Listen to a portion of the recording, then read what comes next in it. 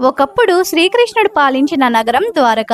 ఇది క్రీస్తు పూర్వం 3150 ఏళ్ల క్రితం నిర్మించగా 1443లో జరిగిన ప్రళయంలో ఈ నగరం సముద్రంలో మునిగిపోయినట్లు చరిత్ర చెబుతోంది. 1983-1986 మధ్యకాలంలో దీనిపై అనేక పరిశోధనలు జరిపారు శాస్త్రవేత్తలు.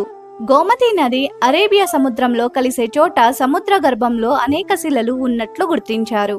2001-2004 వరకు సాగిన అనేక పరిశోధనల్లో ఎన్నో ఆధారాలను వెలికితీశారు.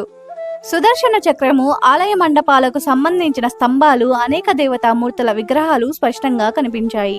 గుజరాత్ సాగర తీరం నుంచి 20 కిలోమీటర్ల సముద్రంలోకి వెళ్లిన తరువాత 40 కిలోమీటర్ల సముద్రం లోతులో సుమారు 9000 చదరపు కిలోమీటర్ల సువిశాలమైన గొప్ప నగరం ఉన్నట్లు గుర్తించారు. సముద్రం లోపల ద్వారకా రాజ్యం కట్టడాలు నేటికి చెక్కు చెదరకుండా ఉండటం నాటి శిలా నైపుణ్యం గొప్పదనమే అంటున్నారు పరిశోధకులు.